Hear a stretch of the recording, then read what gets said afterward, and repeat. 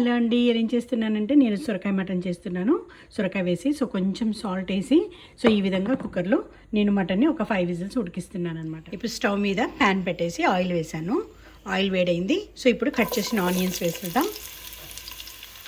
Onions brown అవుతున్నాయి. కొంచెం పుదీనా, కరివేపాకు, కొంచెం కొత్తిమీర అండ్ కొంచెం పచ్చిమిరపకాయలు వేసేసి కొంచెం ఇట్లా ఫ్రై చేద్దాం. ఆనియన్స్ కొంచెం బ్రౌన్ అయిన తర్వాత కొంచెం జింజర్ గార్లిక్ పేస్ట్ కూడా వేద్దాం. ఇక్కడ పక్కన జింజర్ గార్లిక్ పేస్ట్ కూడా వేస్తున్నాను. ఇవి చక్కగా బ్రౌన్ అయ్యే వరకు కొంచెం ఉడకనిద్దాం. డార్క్ బ్రౌన్ అవసరం లేదు, మామూలు బ్రౌన్ సరిపోతుంది. ఈలోపు కొంచెం సొరకాయ, టొమాటో కట్ చేసి పెట్టుకుందాం. సొరకాయని ఈ విధంగా కొంచెం పొడుగు ముక్కల్ని పీల్ చేసి కట్ చేసుకున్నాను. టొమాటో చూడండి, ఇప్పుడు బ్రౌన్ అయిపోయినాయి ఆనియన్స్. దీంట్లో సొరకాయ, టొమాటో ముక్కల్ని వేసేస్తున్నాను. ఒకసారి ఇలా కలిపేసి ఇంకా మిగతావన్నీ ఇందులో వేసేసుకుందాం. అండ్ ఉడకబెట్టిన మటన్ కూడా వేసేసుకుందాం. చాలా చాలా ఈజీ అండి, చాలా ఈజీ, చాలా బాగుంటుంది. సమ్మర్లో తినడానికి చాలా బాగుంటుంది కర్రీ. సొరకాయ, టొమాటో మనకు ఉడుకుతుంది కదా, దీంట్లో కొంచెం కారము, కొంచెం పసుపు వేస్తాము కావాల్సినంత, అండ్ కొంచెం ఉప్పు కూడా వేస్తాము కావాల్సినంత ఉప్పు. మటన్లో మనం ఉప్పు వేసి ఉడకపెట్టాము, అది గుర్తుపెట్టుకోవాలి. దాని ప్రకారంగా ఇందులో ఉప్పు వేసుకొని ఇది కొంచెం ఒక 2 నిమిషంలో సొరకాయ మగ్గనిద్దాము. మూత పెట్టేసి కొంచెం ఉడకనిద్దామన్నమాట. చూడండి, సొరకాయ టొమాటో చక్కగా ఉడుకుతుంది. ఇది మనం ఉడికించి పెట్టుకున్నాం కదా మటన్.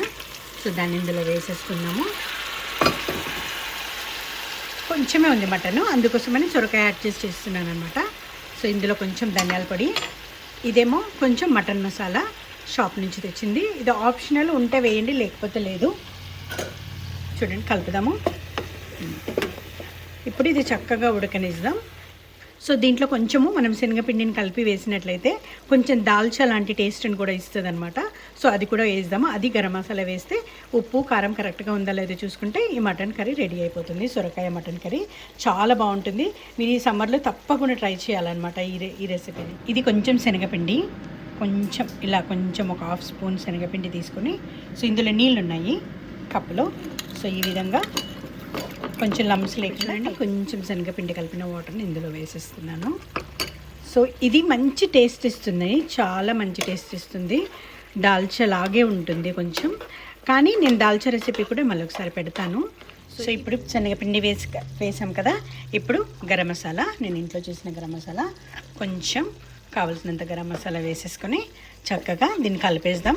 ఇది ఆల్మోస్ట్ ఉడికిపోయింది, ఆల్మోస్ట్ అయింది. కొంచెం ఇంకా నాకు ఒక 5 మినిట్స్ ఉంటే చాలు.